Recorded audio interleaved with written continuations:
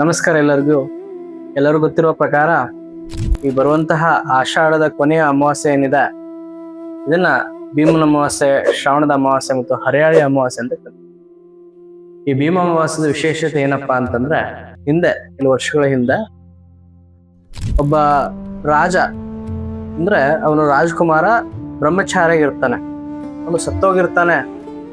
ಅವ್ನು ಸತ್ತೋದಾಗ ಅವಾಗಿನ ಪದ್ಧತಿ ಏನಪ್ಪಾ ಅಂತಂದ್ರೆ, ಸತ್ತೋಗಿರುವಂತ ರಾಜನಿಗೆ ಮದುವೆ ಮಾಡಿ ಮುಕ್ತಿ ಕೊಡಬೇಕು ಅಂತ.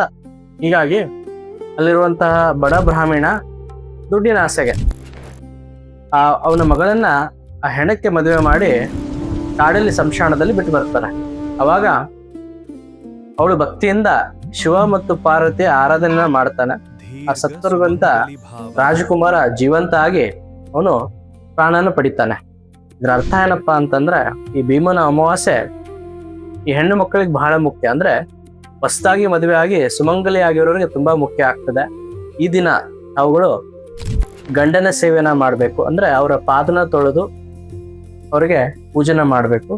ಅದಾದ್ಮೇಲೆ ಶಿವ ಮತ್ತು ಪಾರ್ವತಿ ಆರಾಧನೆ ಕೂಡ ಮಾಡಿ ಇದನ್ನ ಮಾಡೋದ್ರಿಂದ ನಿಮ್ಮ ಗಂಡನಿಗಿರುವಂತ ಆರೋಗ್ಯ ಸಮಸ್ಯೆಗಳು ಎಲ್ಲವೂ ಕೂಡ ಮುಕ್ತಿ ಆಗ್ತದೆ ಮತ್ತು ಆಯುಷ್ಯ ಚೆನ್ನಾಗಿರ್ತದೆ. ನಿಮ್ಮ ಸುಮಂಗಲಿತನ ಶಾಶ್ವತವಾಗಿ ಉಳಿತದೆ.